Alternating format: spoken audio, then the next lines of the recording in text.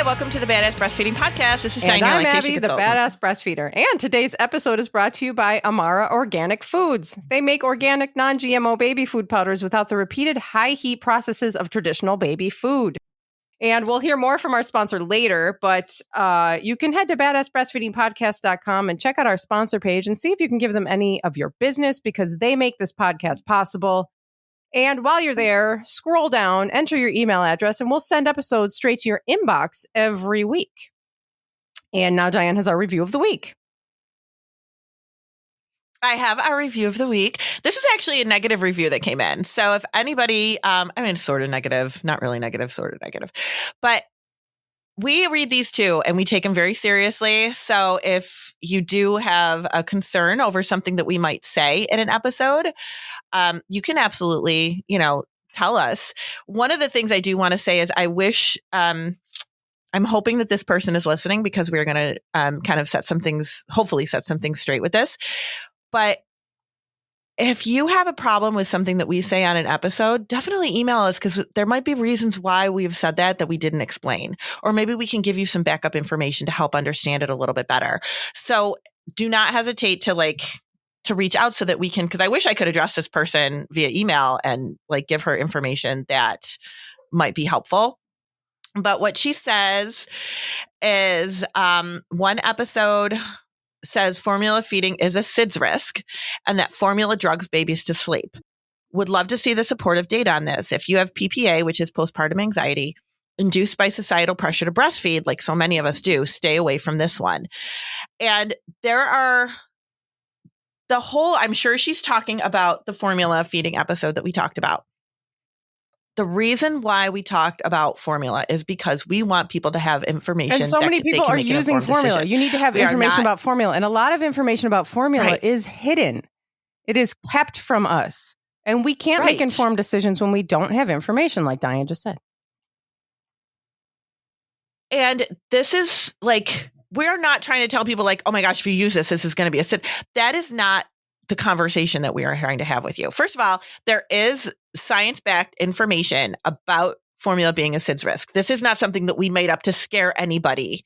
This is actual information. And I'm going to read because I did a very quick Google search of formula feeding and SIDS and did, of course, blogs pop up, but I just ignore those. But there was a study that popped up that was published. I can link this in the show notes too. That was published in the Journal of Obstetrics and Gynecology that talks about different risks versus benefits when it comes to breastfeeding and breaks it down into all different, different facets of, benefits and risks and things like that.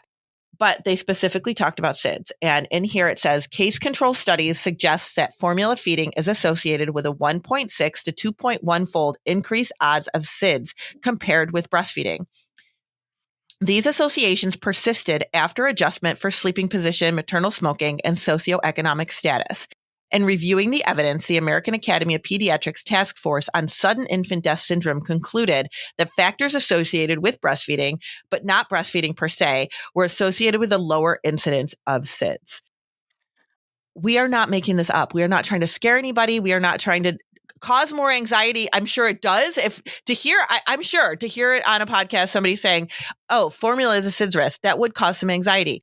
But this is actual science-based information that you can get anywhere you look. Yeah, this isn't something that we made up. There have been many, many studies on this. And I will say, in my experience, when I first started delving into this research and putting this kind of information out there, even saying SIDS caused me a great deal of anxiety. And I thought to myself, should I even be saying this? Because talking about SIDS to people that have babies is something that it's shocking. It's shocking to even hear the word, to even talk about this subject. And so I think over time, I just kind of put this information out there. I'll say it on the fly and somebody will go, oh my God, they're talking about SIDS. Oh my God. And I've become a little desensitized to it because it's something that I've repeatedly talked about. So if you haven't either been listening to this podcast for a super long time and become desensitized to us saying it. It can be really shocking to just address this topic. And absolutely, if you have postpartum anxiety, there are going to be so many things that trigger this. And this topic is going to be one of them. My hesitation comes in when I consider not talking about it. When I consider not talking about it and not having these conversations, it's like withholding information. And that's not okay. And we don't. And in the times that I think that we've talked about formula being a SIDS risk, we've been talking about like normal baby development, why breast milk is so thin, why babies are developmentally unable to go into deeper sleeps, and why they're wired to wake frequently and things like this. When we're just talking about like the science of a baby, what is their normal behavior? What are they supposed to be doing? What do we expect? And then, when talking about these differences or what we're learning and know about breastfeeding and how that is different from what we know about formula, like this is the science that we're talking about. This is the science. And this is what we're a very chatty, ranty couple of gals, but this is all based on science. And this is where we get our information, and this is how we guide our conversations on science. And so having that conversation, I understand, is like very, very anxiety triggering. And I totally deeply feel you on that level. But we don't want to keep any information from people, and we want you to have it. And listen, I used formula. Jack had formula. Dianne used formula. I did too. Millions of people use formula. Millions of babies survive. They're fine. We're talking about the science. We're talking about why breast milk is designed for babies to eat. And we can go on, but. And the other thing that she mentioned in here, obviously, is the societal pressure to breastfeed. And that is a very real thing. And I don't know how to make that better. This podcast we put out here into the world to try and make that better. So I am, I feel awful that, she's kind of seeing it in a different direction. But the societal pressure to breastfeed is a real thing. But the problem that goes along with that is that there is no societal support to breastfeed. So there is societal pressure to breastfeed, right, but the support there is very limited. And that is a mess.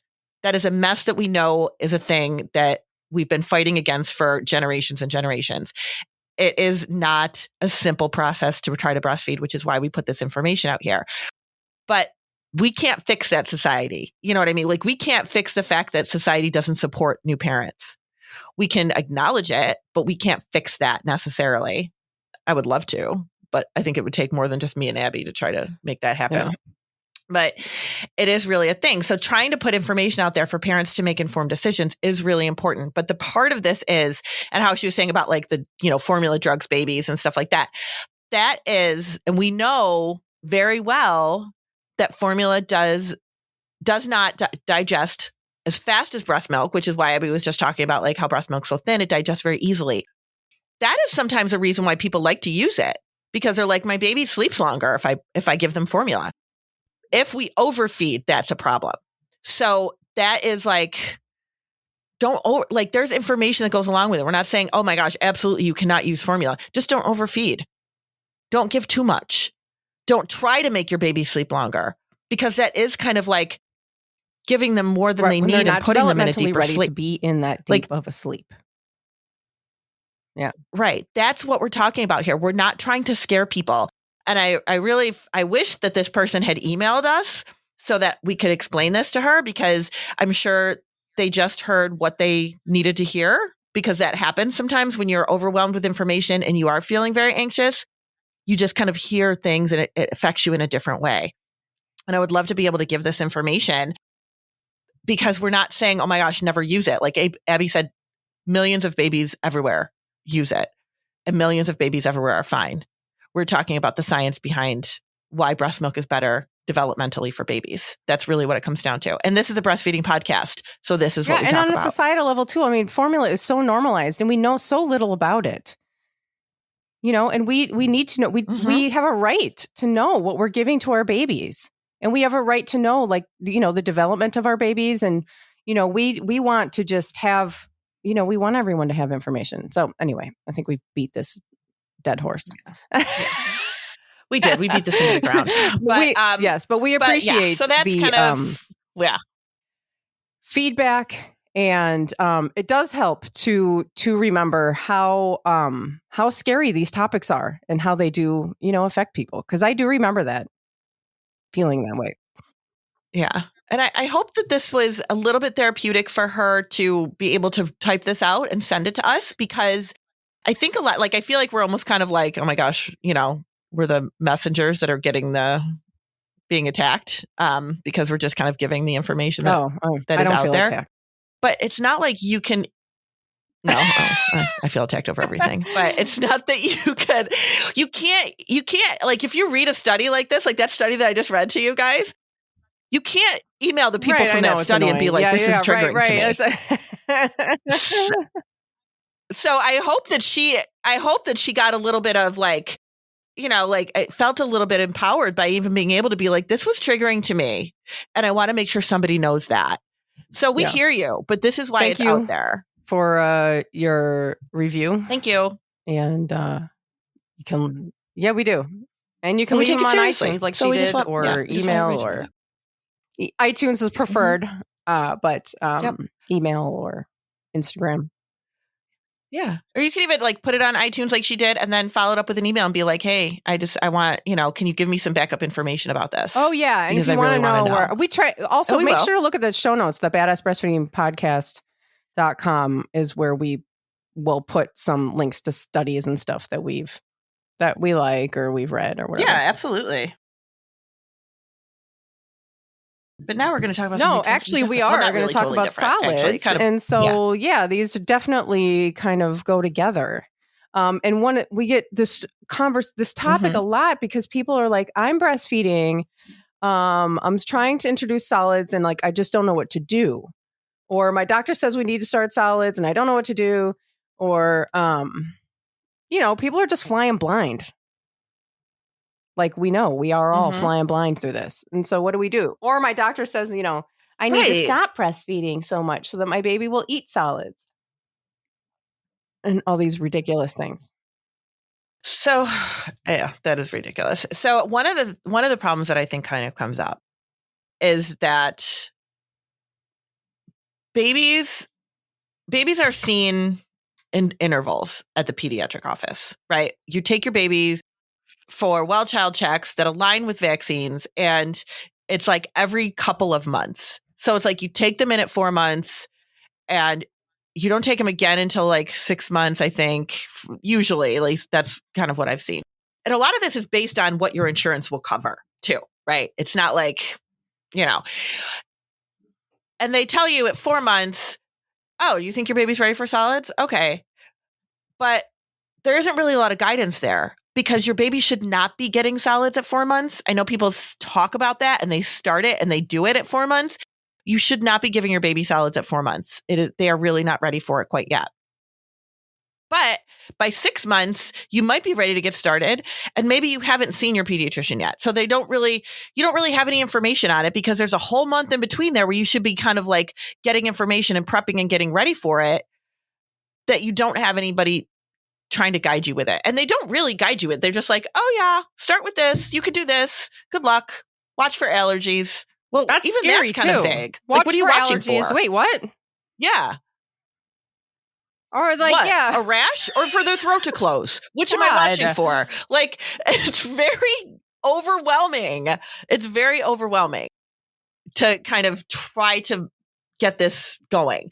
And there are parents that really like, they cannot wait to start solids because it can help with daycare situations and leaving more milk and, all of that kind of stuff. But because your baby watches you eat and looks interested does not mean that they're ready. We want to wait for 6 months.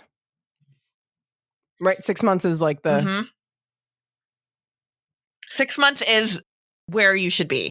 And there's reasons behind that. One of them being that at 6 months, the incidence of allergies is lower. If you start them too early, the chances of them developing allergies to foods is higher.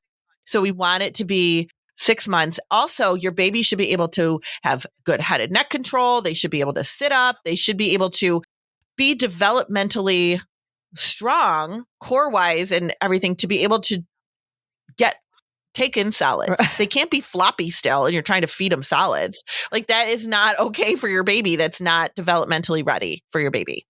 So they could be watching you eat and be like, oh, that looks delicious. But that doesn't mean that they're ready. I mean, you could put anything in front of your baby and they're going to smash their hand in it, Just it happens to be mashed potatoes doesn't mean that now they're ready for solids. It also has to do with gut development. Right. Mm-hmm. Or that takes about 6 months to develop their gut being ready for something other than breast milk. And to help them to fight off, allergens and bacteria. So that is why we say, 6 months is kind of the magic number. And that is also, not that 4. comes from the World Health Organization. That comes from the American Academy of Pediatrics. That's not just Dianne and Abby's law. That's like, that's from reputable. Let me not go on my organizations side and what reputable means with these organizations, but so 6 months. And the thing is that you are going to go to your doctor most likely, and your doctor may say around 4 months, they'll say, okay, you can start solids, and you're going to go, but I thought that it was 6 months, or you weren't told anything. And they just say, okay, go ahead, it's 4 months, which is interesting that pediatricians do that when the American Academy of Pediatrics says otherwise. Because pediatricians, because they're weird, just kind of in there. They're not trained in lactation. They are often just going off of what they were told in their medical school classes. And I've told this story before, but when I had Jack was a baby, and I had this very young pediatrician right out of school, and she said, okay, so now that and I think it was 6 months, she was pretty good about that, and she said, so now you can start solids. So what you're going to do is you're going to start with rice cereal. And then you're going to do, and she told me the little list of things. And I was just thinking about rice cereal. Like, why do that's not even, what is that? That's not like whole food or anything. So I said, why do you start with rice cereal? And she looks at me. Yeah. Which is a valid question. Why do you start with rice cereal? And she looks at me and she crinkles her eyes and she goes, I don't really know. That's just what they tell us. And so I was like, okay. And that was all she could provide for me. And so, I did a little bit more. Of course, we do our own research. And, you don't need, because there's all this, again, you're going to be marketed so much. You have to have this fortified thing, iron fortified something that you should start at 4 months because your baby doesn't have iron, your breast milk doesn't have iron, your baby's basically just got no iron in them, and you need to give this fortified cereal to give the iron. And that is not true. No, it's not. So, should we do ads and then, let's talk about our sponsor and then we will come back. Yes, absolutely. Today's episode is brought to you by Amara Organic Foods. We've all heard baby food pouches and jars are overly processed, low in nutrition, and high in sugar.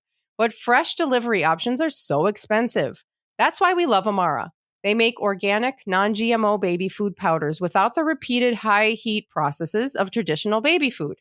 All you need to do is add water or breast milk, mix, and voila. You have a freshly made puree with the tastes, textures, and most importantly, nutrients like you just made it from scratch. My kiddos are not babies, but they can tell you that they are yummy treats with real flavors. These mixes are a very simple and fast way to prepare treats for your nurslings as they begin to start solid foods. Try favorites like sweet potato, raspberry, kale, veggie mash, or oats and berries. Check out their baby food superfoods and plant-based yogurt melts at amaraorganicfoods.com. That's amaraorganicfoods.com, and use code BADASS for 20% off of your first purchase. And our sponsors, all of our sponsors and their promo codes can be found in the show notes under this episode. And at Badass Breastfeeding Podcast, you will find our sponsor page. You will also find breastfeeding resources, all of our other episodes, and information about scheduling your very own one-on-one online lactation consultation with Dianne. I feel like you did a whole cliffhanger thing at the end of right before our ads, because you were like talking about like the iron, and then you're like, and now we're going to do our ads. But you didn't really talk about why, like what else you could do. They say to use rice. Do you need to? No. Let's talk about our ads. It was very seductive. I mean, when you're starting solids, if you're breastfeeding for 6 months, you're going to start solids at around that time. And we have food that has iron in it that you can give them. Iron is not like something that only comes in iron fortified rice cereal. But also like your baby's also not deficient in iron. It's also like there's some very old schools of thought when it comes to starting solids. And there's a lot of new information out there now that says you don't even need to start, you don't need to start with cereals. You could start with meats. If that's something that you want to introduce to your family. Like, I'm a vegetarian. I did not introduce meats to my kids until they were old enough to say, I want that meat. So that was just me personally. But if you are somebody that wants to introduce meats to your child, we know that that's a very iron positive way to get iron, I guess is what I'm trying to say, is with meats. And you can do that. You don't have to wait until 9-10 months to start meats. Like, that's a new thing that has come out that I actually heard from a pediatrician that I work with. It's like, well, they're actually recommending that you could start with meats now. It doesn't have to be, because those are iron rich. Okay. We also know that there's a lot of whole foods that are iron rich. Like, there's definitely other ways for you to get iron into your baby at 6 months other than using And by the cereal. way, if you want to use cereal, go ahead. There's nothing wrong with that. You can absolutely do it. The reason I tell that story is because it highlights how she didn't have a reason. Like, she's literally told, here is a list of things that you do. Why? I don't know. Like, this is something that was created, taught in schools to pediatricians to give to patients. But when you look a little bit deeper, you don't need to do it that way. And I didn't want to do cereals. So because of the how highly processed and stuff it is. And so I didn't want to do the rice cereals. Excuse me. So I wanted to start with we just started with what was the first one? I don't know, banana or sweet potato. So there's so many different ways to do it. Then people, what do I do? Baby-led weaning, or do I not do baby-led weaning? Because people get a lot of pushback about baby-led weaning. Baby-led weaning is not putting your child in a chair with a fork and a knife and putting a full plate of food in front of them. When you see baby-led weaning, you see a baby with a drumstick in their hands. It's like, okay, wait, what? No, this is not what we're doing. That is like a choking. There are choking hazards. Yeah, we're not. This is not what we're doing. You are basically and we also think we have to have all these special things for our baby that we don't have for ourselves. And maybe you do, maybe you have a couple, easy things to whip up. Like we're even just talking about, our sponsor has these little things that you mix together, and it's super easy if you want to just use that, for the morning or something to mess, to them to get used to. But you can just use any of the foods that you are eating.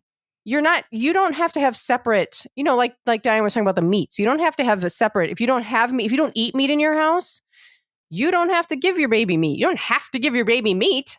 I mean, I'm vegan. We just have a lot of like fruits and vegetables. And here's the other thing about the, what you need to give them, and because of their vitamin deficiencies and all this stuff. When you start giving them solid foods, they are not going to be eating it. They're going to be painting the table, painting their face, painting their hair, your hair. They're not actually eating it. And this is where the questions come. My doctor says my baby needs to be eating solids. Mm-hmm. He says that if I stop breastfeeding, the baby will actually eat more solids. When I'm trying to give my baby solids, he doesn't eat them. He's just spreading them around. How do I get him to eat more solids? How do I get my baby to eat more? Okay, this is a whole entire process that's going to take years of transitioning. Your baby is not going to just suddenly start eating all of this food. They have to learn how it feels. They're going to learn how to put it in their mouth. Have you ever seen a baby try to put stuff in their mouth? They can't even get it in their mouth. They're like putting it on their cheek. Their mouth is chasing their hand. This is what they're learning. They're learning all these coordination things. They're learning how it feels in their mouth. They're learning to move it around their mouth, to move it to the back of their mouth, to swallow it. This is something that's going to take a really long time, and it takes different amounts of time for different babies. And I'm still trying to get my 19-year-old to eat Jack barely eats. I mean, he can find his mouth, but he won't. And I mean, he is, he with certain was, things, he was close to 2 years old by the time he was actually eating measurable amounts of food off of a plate. Mm-hmm. Do you want to say something, or should I keep ranting? No, I'm not. Ranting. No, keep ranting, because there's definitely a couple things that I want to say about that, but I feel like it's going to go in a different direction. We have a lot of information that we need to. First of all, at 6 months, your breast milk loses all kinds of nutrients. At 1, it's just water. You need to, and then you need to substitute with cow's milk. Because then you need to have more things in it than breast milk has. And these things are so ingrained in us and so ingrained in our society that we forget that this is not how babies are wired. This is not how their systems are wired. Your baby actually never, ever needs cow's milk. Your baby, you don't, if you drink cow's milk in your house and you want to introduce that, cool. But you don't have to. Your baby is not missing out on nutrients from your breast milk that need to be made up with cow's milk. Your baby is not missing out on nutrients that needs to be made up with like large amounts of solids. And there's no way to get your baby to eat a bunch of solids, because your baby is just going to learn this. It's like trying to get them to walk. They're only going to do it when they are developmentally ready. And some kids do it later. Some kids do it sooner. And there's no way for you to just like make it happen. And the other thing that you all are often told is that if you cut back on breastfeeding, you will increase your baby's desire to eat more solids. And that is not true. You can't just like not feed your baby and then get them hungry and expect them to eat more solids, because solids is not just about swallowing large amounts of food. I mean, it's a whole thing that they need to learn. It's a whole different way of eating that is going to take time to learn. And that can't be forced. And backing off on breastfeeding is not going to make that go faster. And you never need to back off on breastfeeding. There's never going to be a benefit for that nutritionally. I mean, like maybe you need some space, you need some boundaries, whatever. But you're not going to back off of breast milk and then say, you're going to get nutrient. You are going to get. Breast milk is such a highly nutrient dense food that you want that. This is what you want. I always tell people, nurse your baby first, so they get a big stomach full of that nutrient dense breast milk, and then offer them some solids. Right. And this is going to be the beginning of a long, long learning journey.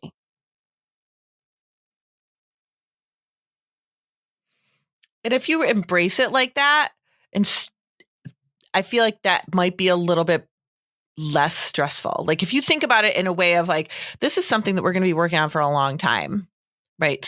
Constantly starting to introduce new foods, constantly starting to, give new things and to start with solids.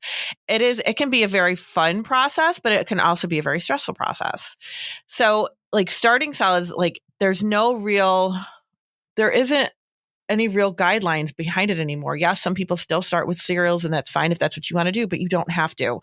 Some people say if you introduce foods that are more allergy inducing, like peanut butter, you should do that sooner rather than later because it's, less allergy. People feel like, you know what, throw all the foods in at once. Like it doesn't really matter. There are so many different thoughts to this that there is not one thing. And I know sometimes people really like one, like tell me what to do. There are things with breastfeeding that are very like, this is good and this is not. But when starting solids, there's really no rules. You're basically what you're doing is this is when it becomes really, really individual. You're basically introducing your baby into the cultures of your home. Of, what do you eat? What do you have around? You don't have to, what are you normally eating? Think about the fact that there are babies all around this world in cultures that eat such drastically different things. And all of these babies, they grow up just being used to eating what they eat in their culture. And, we're all here. It's not like, you can start however you start in your family. And I think that's the misconception is that there are certain rules that you need to follow. But when it comes down to starting solids, you're basically just like, okay, baby, here's what we do in our house. For morning, we like to have, oatmeal. Would you like, and let's see if they want to try a bite of it. It's going to look very different for everybody. So also try not to get caught up into like, oh, my friend gave this, or, this person on Instagram is posting this. It's like, it's very different for everybody. I have a friend who's a colleague who's a dietitian, and she has done a lot with starting solids with babies, and it is a process. Like it is very different. This is a very different thing for babies. They are used to getting breast milk. They are used to just swallowing breast milk. Now they're being introduced to different sensory inducing, I can't even like find my right words today, but everything like the different textures, the different way things feel like, and she has suggested, which I thought was a great idea, to give the same food in different ways. Give pureed carrots and then give soft carrots, and then give carrots that are cut in a different way so they can feel a different texture, or there's just so many things that you can do with solids and introducing different things. Those textures can make a huge difference in whether that baby is going to eat that food. So being able to introduce things differently can make a huge impact on what they accept to eat. Because sometimes people are like, oh, my baby hates this food. Try it in a different way. Maybe they hate that texture. Maybe it just isn't what they like. Maybe mix it in with some other food. You can do that too and see if it's something that they'll like better. Often with babies that are breastfeeding, we know that babies, when they breastfeed, they are controlling their feeds. They eat when they want to. They eat what they want to. They eat, how much they want when they're breastfeeding. And then all of a sudden you put them in a chair and you're coming at them with a spoon and they might be like, excuse me, this isn't what I want to do. I want to control this process. And that's okay. It's a mess, but it's definitely okay. And let them do that. Let them explore on their own, because that is part of starting the solids. This is part of the developmental process. It's not something that's going to happen overnight, for sure. I know. And that's what I think. There's so much pressure around it because it's, you go to the pediatrician. And I feel like so much of this starts at the pediatrician's office when they say, okay, now you should be doing this and now you should be doing that, which doesn't take into consideration whether the baby's ready. And I say, the general rule of thumb is that the only rule is at 6 months, you can start. And, go. Right. You can start. You don't have to. And that's the other thing is a lot of people will say, well, my pediatrician wants me to start solids. My baby's 6 months. Do I have to start? And you don't have to start at 6 months. You can wait. Right. Yeah. And you can, and also the thing is that it is such a learning thing that you just put them at a table, put them in a high chair or whatever, and just put things in front of them and let them get used to the texture of it. And just let them play with it. And there's this little saying in the breastfeeding world, food before 1 is just for fun. And basically that just means they're probably not going to eat a lot. They're just learning what it is. Because it is such a different, it's such a different, it's just such a different way of eating. You know what I just kind of thought of, which is really funny, is like, when parents first start their breastfeeding process, one of the biggest things we hear from every parent, like around the board, is how do I know my baby's getting enough? Like we hear that all the time. How do I know? I can't see what's happening. How do I know my baby's getting enough? And then you start solids. I think more of that with starting solids. How do you know your baby's getting anything? Like really you can't count on that as like a huge form of nutrition for them at that age, because you don't really know what's actually getting into them. Yeah. It might look like they're eating something, but that's because it's all over them. What they're actually getting is probably not that much food. And this is why there is, such a long period of time where you are going to be doing both. And I think people feel like they can't do both. Like I need to do kind of one or the other, or they've started solids. And so therefore I'm going to, we're going to start weaning. And, breastfeeding and solids go together wonderfully. I mean, they are meant to go together. Your baby is meant to continue breastfeeding as they start to learn to eat solids. And that is a long transition. It's not this short transition that, that we kind of are told that it is. They're starting to have solids and then, very quickly they'll just be filling their belly with that and won't nurse anymore. And that's probably not going to be your baby's plan. They're going to want to continue to breastfeed. And I always looked at it as breast milk is the best thing for my baby. And so I wanted them to be filled up on as much of that as possible. So I would always nurse them first. Right. And then sit them down and offer some solids. And I mean, people sometimes will ask us, they'll reach out and be like, okay, my baby started solids. Oh, that's what I feel like my supply is decreasing. Yeah. And it's like, well, breastfeed them first. Yeah. Nursing them first is also great for your supply, and it'll keep up your supply. Because you have this, you may be told or have this feeling like, okay, well, they're going to start solids. Let's start, at lunchtime, and we'll give them solids. Don't skip the afternoon nursing session. Just do it first and then offer the solids. Right. Because that will start to affect your supply if you feel like you're going to, if you start skipping feeds because you feel like, okay, well, this is a time for solids, so then that's not a time for breastfeeding. No, they can both happen. Yeah, absolutely. You can have both of the things. And we know that breastfeeding is for more than just nutrition. So you can't just take that away from your baby at that age because they're doing solids. They need so much more than just they're going to milk. They are totally going to continue. And a lot of people get worried too, like, well, my baby's starting solids, that I want to make sure we can continue breastfeeding and that it's not going to lead to, weaning. And, you keep nursing and you can keep prioritizing the nursing. If that's what you want, you keep prioritizing it and making sure that you're continuing to do it. And that foods is something that you're just introducing slowly. And, you can just, like I was saying, you can pick a time of day, pick a food, say you're going to, I don't know, a banana or one of those, a cereal that you buy, make it, pick a time of day. It could be the morning, it could be the afternoon, it could be whatever. And just like make it a routine that you have that time together where your baby's exploring that food. And then you can slowly over weeks or whatever, add another time of day and you slowly go from there. Yeah, there's not, but there's also not a lot of guidance. So people have no idea what to do. People have no idea what to do. Like, how in the world do I even do this? Yeah. Mm-hmm.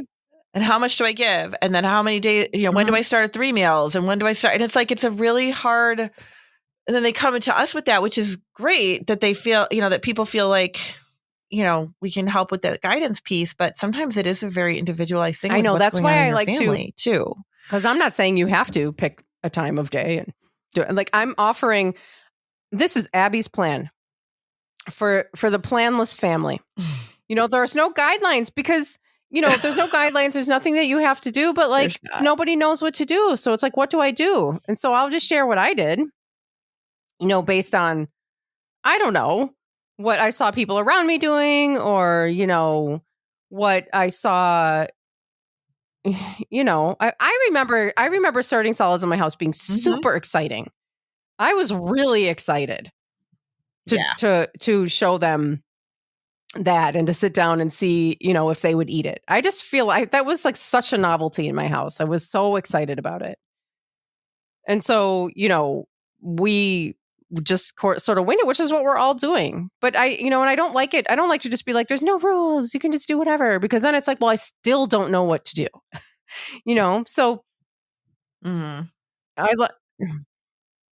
I think I felt the opposite. I think I really tried to delay it as much as possible because I didn't want to introduce anything else to my babies yet. And whether that was more of like, I'm not quite sure how, like, I don't remember feeling necessarily like that, but I remember feeling like I just didn't want to introduce anything else yet. I just wanted them to have the breast milk. So I, kind of delayed it a little bit longer. I don't know. My mother felt the need people to are always introduce wanting things, to shove things into the baby. To them. Yeah. I believe the first food my twins had was a fig Newton because my mother felt the need to slip them a cookie. You hear all those stories, right? While I was out of the room. Gave the baby a bite of cake or something. And I mean, I remember at the time too, like if that had happened, I would be freaking panicking. I remember being at this, like Jack was a baby and I was at some sort of, I don't know, mom's meetup or something. And I was holding a cupcake and he smashed his hand into the cupcake. And I was like, I looked over and everybody kind of started laughing. And I was like, he can't eat that. He can't eat that. And I think everyone around me thought that he had some kind of allergy because everyone started wiping it off his hand. And like, for me, it was just like, oh no, oh my God, he can't have sugar or this. Oh my God. And like, really, what would have happened if he'd gotten a big mouthful of icing? Right. Nothing. He would have been fine. If your baby has, if their first food is a cupcake, man, that's a great story. Or the time that I was I was at my father-in-law's 90th birthday party, and Exley was 9 months because I remember he was 90 and 9 months, and we're all standing around, and Exley like waddles over up under the table and picks up my wine glass and takes a sip, and I was like. I like freaked out, freaking out. My sister-in-law was like, it's okay. It's okay. It's going to be okay. Like, he's going to be okay. And it was probably like watered down with.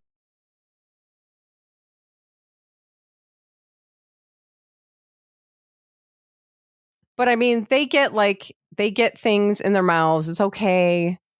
I still remember my grandmother feeding my sister beer. Off of her finger. She was dipping her finger into the beer and giving it into my sister's mouth. My sister was not old enough to walk.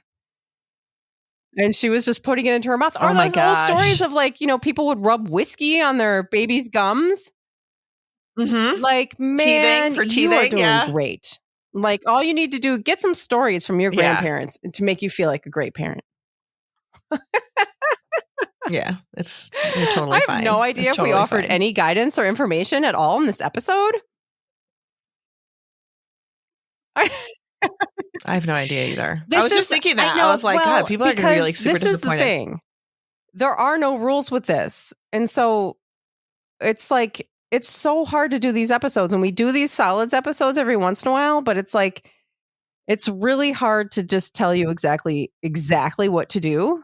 It's just a lot of kind of like, getting straight some of the misinformation that you're hearing, which I guess is, kind of what all of our episodes are. Yeah.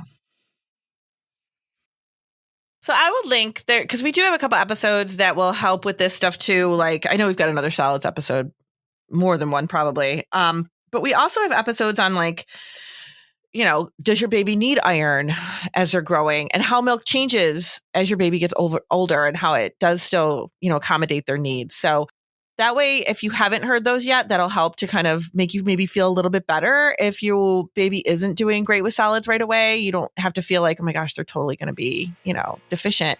But I don't want you to feel like that. So hopefully those things will help too.